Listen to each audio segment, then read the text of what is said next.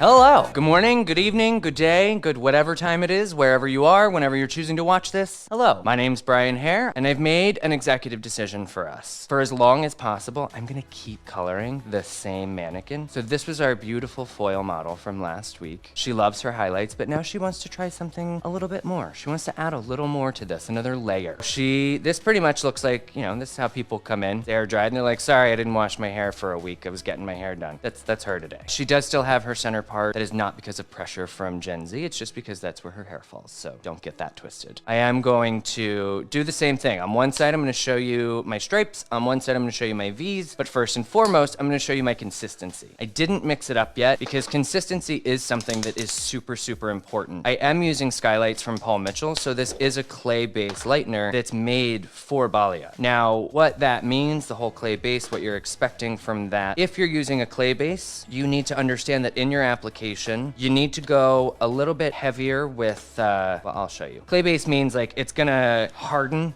on the outside somewhat, creating a little bit of an environment for the highlight to lift. Doing balayage, you had to be very, very careful and cautious because wherever you painted it, lightener does like to puff up a little bit and you didn't want it touching hair that you weren't intending for it to touch. Because back, when I got this whole started, there was nothing to put in between your sections, just like I'm not gonna use today because I want you to see everything. Personally, when I'm using clay lightener for my balayage, which is typically all I use anymore, now that I don't have to use a regular lightener, I like a nice thick consistency. I like to think of it like, I don't want to say spackle because that's too thick. I actually just used spackle recently and that's way too thick. I like toothpaste, maybe. Like that nice toothpaste that you've gotten wet, that you're about to brush your teeth with. That few seconds that toothpaste before it becomes foam, that's what I like to see. I'll show you in my bowl here. Notice I'm using a little rubber spatula. It was just a trick that I got from Lacey Worley years ago that I absolutely loved. It does the lightener more so than aerate like a whisk does. In my mind, it just comes out such a great consistency. Plus it helps conserve. So like you're not wasting a ton because I am able to scrape everything off the side of the bowl and get my nice little toothpaste consistency. So you see nothing's coming out. Good, we're in there. I like this consistency because it's gonna stick to the hair as I apply it, but be thick enough that it's gonna give me a really nice placement today. But I like to do my balayage off of whatever part they come in with because generally that means that's how they're gonna wear their hair because they at least did that day. You all know by now I'm a huge Money Piece fan. I like to go off their part and really just hit that hard. So with a lot of clay lighteners, when you mix it up momentarily, then it's gonna get a little bit stiffer. So keep that in mind because I want it stiff, but I do need it still workable. If it's too thick, then it's not doing us any favors. So I've got my paddle, give myself some to work on. Working with a tool like this is great because it does help for moving quickly, just keeps lightener right there so I can just keep working. Grab some and go, rather than chasing a bowl around, every time I need to apply more. For starters, we're just gonna start on some nice bands just to show you my application. One thing that I see happen a lot is that people think that balayage application is smashing color into your section. The way that I like to word it, just to get a better visual of what you're planning on, I want the hair to take the lightener off my brush. I'm not pressing, I'm just getting close enough for the color to come off. Think of it like the bristles shouldn't even touch the hair. I'm just gonna grab some hair,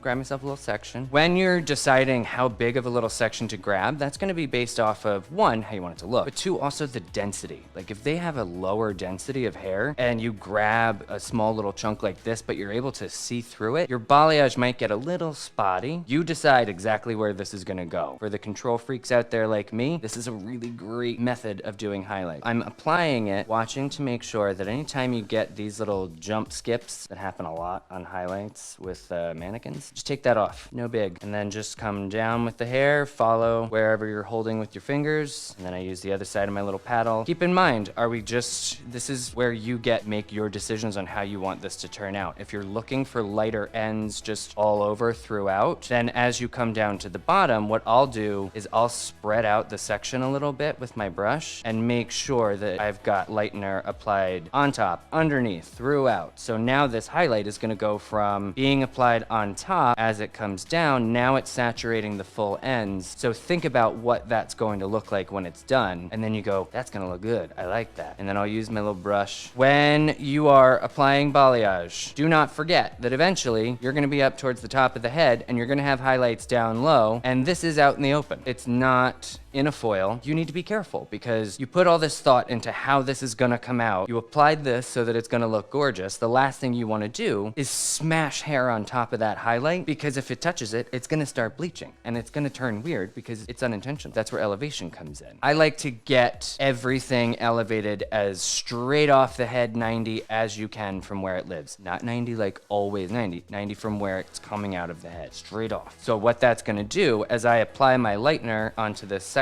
when I let it go, it's gonna hold together and it's gonna cause that section to buckle a little bit so that it won't press down on the section beneath. We'll do another one just to show you what I'm talking about. See, little kiss, it happens. It's going to happen every single time. You just gotta keep an eye out, be aware of what you're doing. You can't really check out while you're doing this because you're designing something that's working on this person's haircut. So again, got that nice straight out elevation that lets it gently lay down. And that way, if there's a highlight underneath, it's not smashing against it.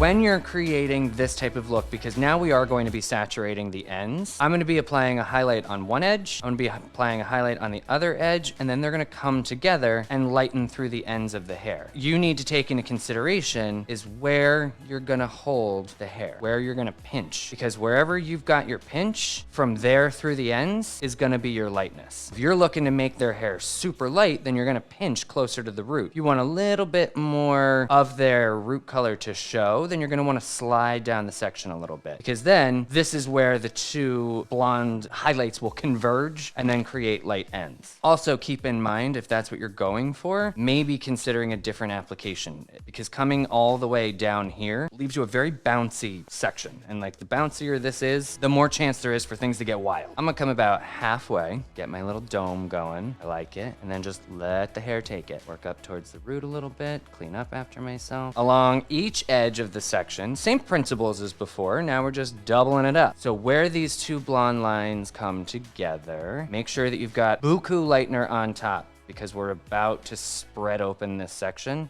and get all that hair in between. So I'll use my brush to transfer it over to my little paddle, and then I just kind of just lightly spread it. If you bust it apart, then you're gonna be screwing all this up, but I just lightly spread it so that I know that I'm getting in there, and then just give it that nice same saturation that you were giving the rest of the highlight. As I'm slowly dragging it through, I can feel it picking up highlight from underneath as well. Don't skimp, do it right, and I'll just check. Yeah, I'm good. We're pretty saturated. You're gonna switch me to, I almost got it. I got this. And then I check, hold on, I'll do it this way. So you can see that underneath, using the corner of the paddle kept it from being a harsh line. So now underneath, it's also going to diffuse and lighten as it gets through to the end. I have never seen a balayage video do that, so you're welcome.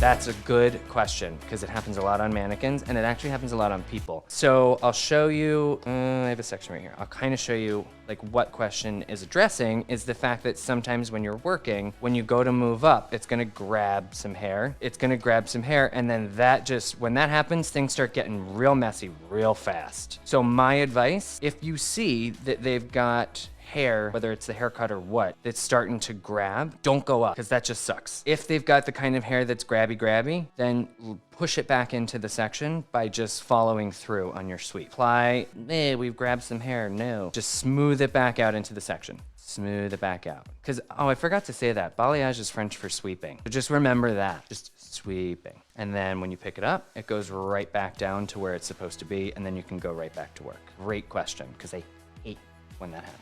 You wanna see the lasagna? Put the noodles away, it's time for lasagna. So now you can see a little bit of what I was saying.